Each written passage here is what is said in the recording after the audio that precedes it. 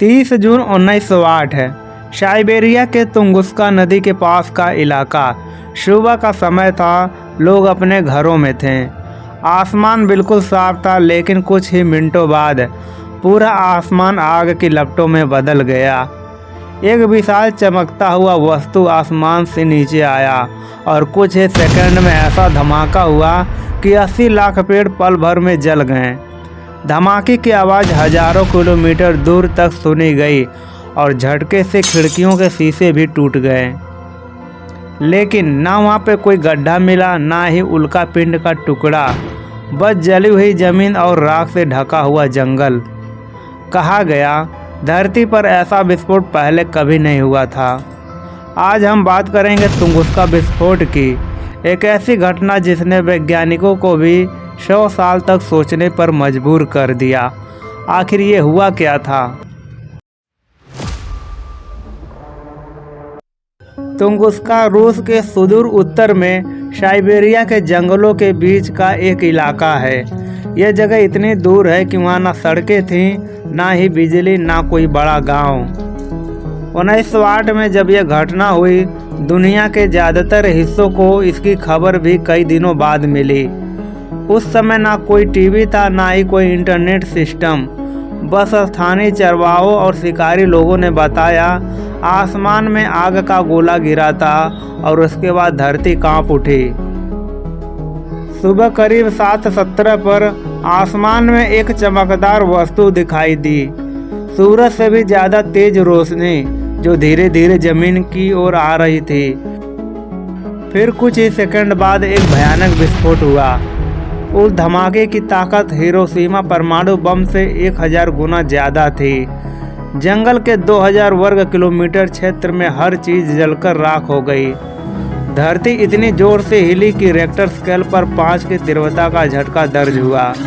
कहा जाता है उस धमाके की रोशनी यूरोप तक दिखाई दी। लंदन के लोग उस रात अखबार पढ़ पा रहे थे, क्योंकि आसमान में अजीब सी नीली रोशनी चमक रही थी। किस्मत अच्छी थी कि उस इलाके में ज़्यादा आबादी नहीं थी, फिर भी आसपास के गांव के लोग ज़मीन पर गिर पड़े और कुछ को जलने की चोटें आईं। एक स्थानीय शिकारी ने बताया आसमान से आग गिरी, धरती कांपी और फिर सब कुछ खत्म हो गया। लेकिन जो बात सबसे रहस्यमय थी वो थी किसी भी उल्का पिंड का कोई निशान ना मिलना। इतने बड़े विस्फोट के बाद भी वहाँ पर ना कोई गड्ढा था, ना ही कोई पत्थर का टुकड़ा। इस घटना की जांच तुरंत नहीं हो पाई। साइबेरिया के घनों जंगलों तक पहुँचना आसान बात नहीं था। 1919 में, यानी करीब लगभग 11 साल बाद, पहली वैज्ञानिक टीम वहां पहुंची, रूसी वैज्ञानिक लियोनिद कुलिक के नेतृत्व में।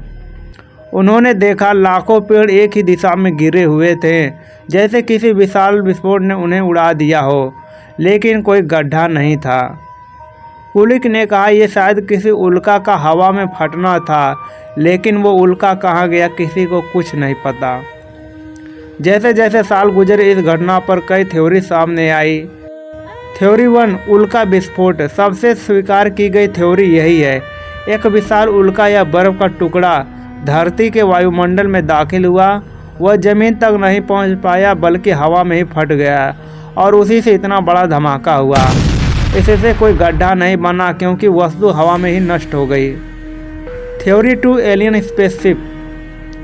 कुछ लोगों का मानना है कि यह किसी यूएफओ या एलियन शिप का विस्फोट था। कई स्थानीय लोगों ने कहा कि उन्होंने धातु की चमकती चीज़ देखी थी, पर ऐसी कोई सबूत नहीं मिला। थ्योरी 3, मिनी ब्लैक होल या एंटी मैटर।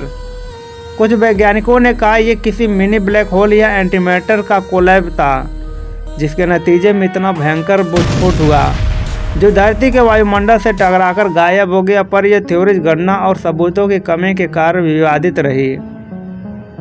थ्योरी 4, प्राकृतिक गैस विस्फोट। साइबेरिया के नीचे विशाल मीथेन गैस भंडार है।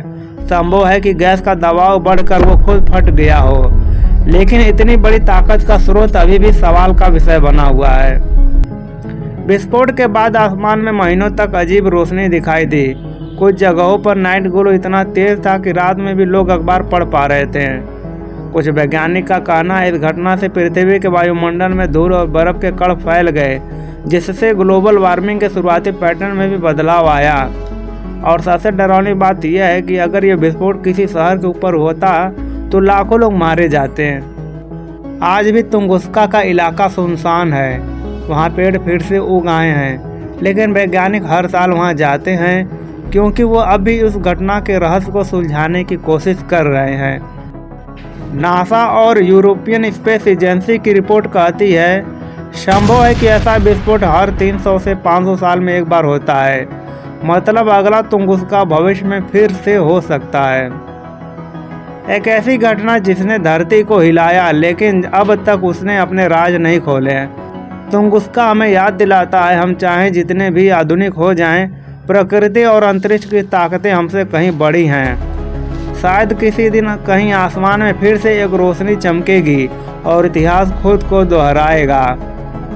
अगर आपको ऐसे रहस्यमय साइंस और इतिहास से जुड़े वीडियो पसंद है तो चैनल को सब्सक्राइब करें। तो मिलते हैं आपसे अगले वीडियो में।